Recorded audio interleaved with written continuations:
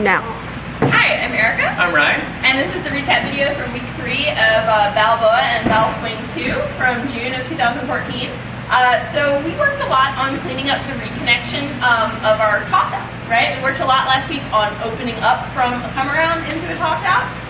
And then we worked a lot on getting back together and smoothing that out. And we gave you a couple bite-sized little chunks to think about. The first chunk was that when we'll do it from actual dancing in a second, it's kind of hard to just do it from 0, but when we're here at the stretch, when we come in, you need to get that hand on the back as soon as possible and like kind of low, more on the muscle top area of the hip, right, rather than way up here, right? And so you just contact with the hand, right. Just enough to let her know that she's not to keep spinning, right? So if we do a basic first. 1, 2, 3, 4, 5, 6, 7, 8. 1, 2, 3, 4, 5, 6, 7, 8. 1, 2, 3, 4, 5, 6, 7, 8. Right? So the thing we had you work on first of all was just getting the hand there by 1, right? Catching nice and early and catching low. The second thing that we talked about was that you don't have to rush this hand connection. That this, for us at least, happens very naturally around count 3, right? And then the final, the next to last piece was the chest connection, that you don't have to rush the chest connection. Chest connection happens after the hand connection, right? So you don't chest bump your partner on 3. 3 is way too early, way too harsh to like try and reconnect into a close embrace, right? That happens more 4 or 5, right? This should happen gradually and as a natural reaction of connecting with the other 2 hands. Right, so we do one more time. 5, 6, 5, 6, 7, 8. Basic. 2, 3, 4, 5, 6, 7, 8. Come around. 5, 6, Go. Hand, hand, chest. Right? So if you get hand, hand, chest. And then the final piece of reconnecting was what you do with your footwork, leaders, once you've got your follow, because you're like, I got her.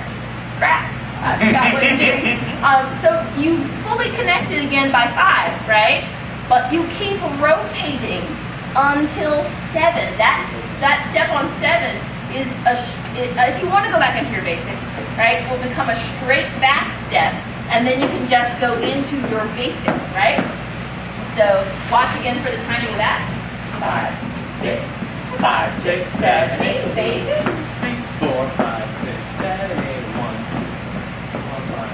7, 1, 2, 3, 4, 5, 6, 7. Right? We straighten out on 7. Right? So keep rotating through 7 and straighten out if a basic is what you'd like to do next. And I think one thing I said for the leaders is if you kind of had trouble remembering what your footwork is, this whole time, slow, quick, slow, quick, Everything slow. is quick, slow, right? Through this whole process, no matter what else is happening. So whatever works for you, say it out loud while it's still confusing, right? Until you can do it without thinking about it. And then the last thing we worked on was double turns. So you can allow your partner, leaders, to continue spinning if you don't catch her on 1, right? And that's why catching on 1 is so important, right? So Ryan can let me continue to spin. 1, 2, 3, 4, 5, 6, 7, 8. 1, 2, 3, 4, 5, 6, 7, 8. 1, 2, 1, 2, 3, 4, 5, 6, 7, 8. Alright, so we're just repeating the 1, 2 forever until they catch you. Right. So follows, basically your job is just to spin until caught. Right? I'm spinning as much in place as possible, physically possible, until he catches me. Right? And for leaders, things that you can do to make this better, give her a little bit of space. You're not stalking her. Try not to do kind of right? Yeah, and then something that Ryan does, which I think is cool, when he's kind of orbiting me and he's looking for a place to get his hand in, doesn't have his hand like, I want to connect with you. His hand is more like, I don't need you right now.